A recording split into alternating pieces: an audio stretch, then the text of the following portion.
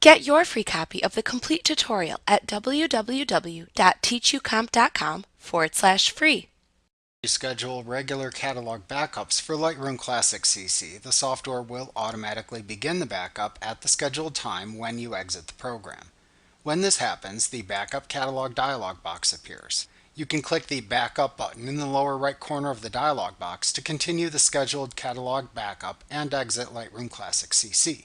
You can also use the Backup Catalog dialog box to skip or cancel the backup.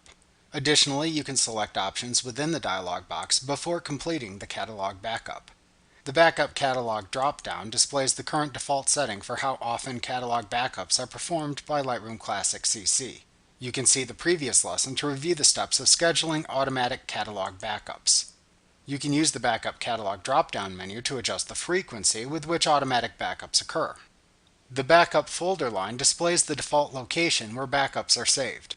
To choose a different save location for automatic backup files, click the Choose button to the right of the current save location. The Choose Folder dialog box then appears. Navigate to find and select a save location, and then click the Select Folder button within the dialog box to close it and save your choice. Below the Backup folder line, you'll see two checkbox options in the Also area of the dialog box. The Test Integrity Before Backing Up checkbox lets Lightroom Classic CC check for catalog corruption before completing a backup.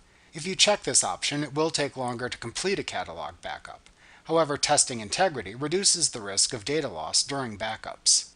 The Optimize Catalog After Backing Up checkbox lets Lightroom Classic CC reorganize and clean up your database file during backup to make it run more efficiently. The Backup Catalog dialog box also provides one or more options for skipping a scheduled catalog backup. If you click the Skip This Time button to the right of the Backup button, the currently scheduled backup is canceled and the Lightroom Classic CC software closes without completing the scheduled backup operation.